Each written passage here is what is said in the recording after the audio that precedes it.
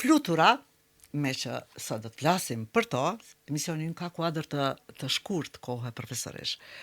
Është nga krijesat më të bukura që ka natyra, po rruga e saj deri te zhvillimi është paksa jo e zakonshme. Nga një krimb i vogël, më pastaj vjen një fazë e heshtur e saj, dhe vjen faza kur ajo merr krahët dhe fluturon. Domethënë, a mendoni që kjo metamorfozë ngjan pak a shumë edhe me jetën e brendshme të njeriut? Domethënë, për të rritur edhe për të marrë krah gjithsecili për të fluturuar në mënyrën e vet. T'ju them të drejtën, flutrat me atë brishtësinë e tyre kanë qenë një inspirim qysh prej fëminist time. Do të thotë brishtësia, ngjyrat, mënyra e zhvillimit, fluturimit, ka qenë diçka që më ka bërë kurioztare qysh në fëmijëni. Dhe ndoshta ka qenë ajo edhe një pikë e orientimit për profesionin tim të ardhshëm edhe të lidhna me natyrën ma fuqishëm. Unë them se në ciklin e zhvillimit të flutrës qëndron mrekullia e jetës.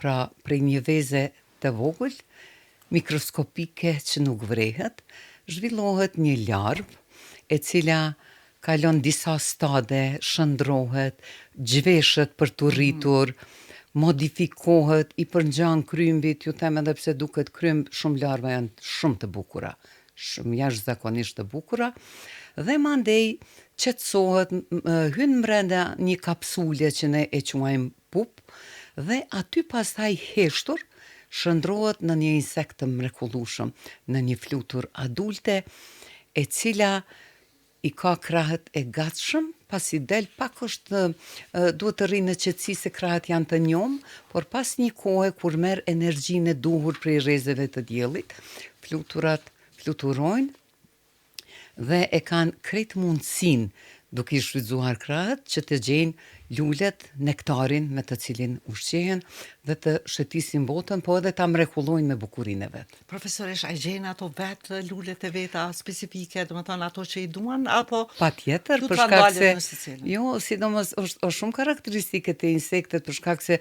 secila prej tyre i ka bimët në të cilat edhe zhvillohet edhe ushqehet.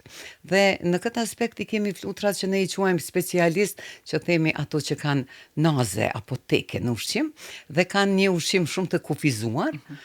Ndërsa i kemi edhe flutra tjera të cilat janë generalist, apo të themi kanë një ushqim më të përgjithshëm dhe ato nuk kanë problem në ekzistencë për shkak se nëse nuk është një rabime, gjejnë tjetrën dhe kështu do të thotë mundsojnë që të ushqehen edhe të zhvillohen. A ju ka ndodhur profesorish që një flutër të flasë kështu në mënyrë shpirtërore me juve ose të jetë ndonjë frymëzim për diçka? Besoni që ndonjëherë kur i maj në dorë, ma gjepsem. Për shkak se e kam parasysh këtë ciklin e jetës në për të cilin ka kalu. E mandej mendoj, e pse ka shkurt duhet me jetu si e rritur? Për shkak se si të rritura jetojnë shkurt.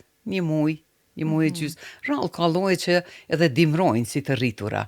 Por zakonisht cikli si adulte është shkurt. Dhe mandej e kam atë mendimin tim edhe e shprehi si në formë të bisedës, kaq e bukur, pse duhesh të jetosh kaq shkurt.